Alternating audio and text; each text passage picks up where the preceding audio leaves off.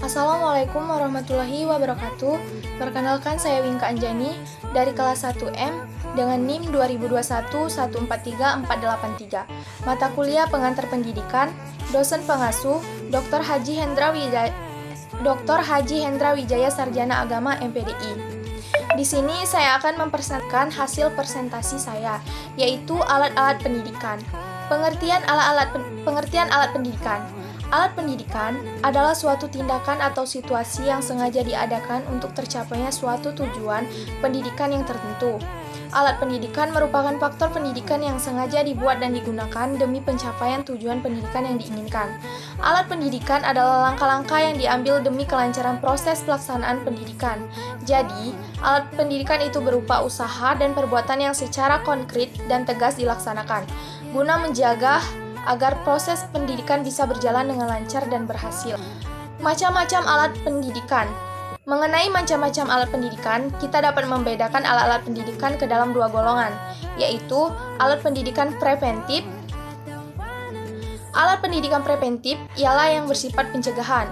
Tujuan alat pendidikan preventif itu diadakan jika maksudnya mencegah anak sebelum ia berbuat sesuatu yang tidak baik, dan untuk menjaga agar hal-hal yang dapat menghambat atau mengganggu kelancaran dari proses pendidikan bisa dihindarkan. Misalnya, tata tertib, anjuran dan perintah, larangan dan paksaan. B. Alat pendidikan represif. Alat pendidikan represif disebut juga alat pendidikan kuratif atau alat pendidikan korektif.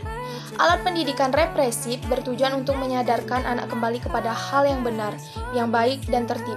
Alat pendidikan represif diadakan bila terjadi sesuatu perbuatan yang dianggap dengan peraturan-peraturan atau sesuatu perbuatan dianggap melanggar peraturan.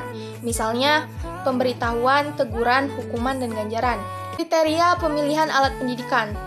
Alat pendidikan hendaklah terbuat dari alat yang kuat dan tahan lama dengan memperhatikan keadaan setempat. Pembuatan alat pendidikan mudah dan dapat dikerjakan secara massal. Biaya alat pendidikan relatif murah.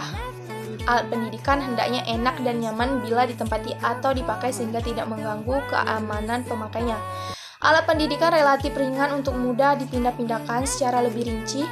Syarat-syarat alat pendidikan yang harus diperhatikan pendidik adalah: A. Ukuran fisik terdidik agar pemakaiannya fungsi dan efektif. B. Bentuk dasar yang memenuhi syarat-syarat. Bentuknya sebagai berikut. 1. Sesuai dengan aktivitas terdidik dalam proses pendidikan.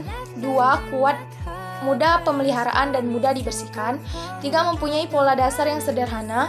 4. Mudah dan ringkas untuk disimpan atau disusun. 5. Fleksibel sehingga mudah digabungkan dan dapat pula berdiri sendiri.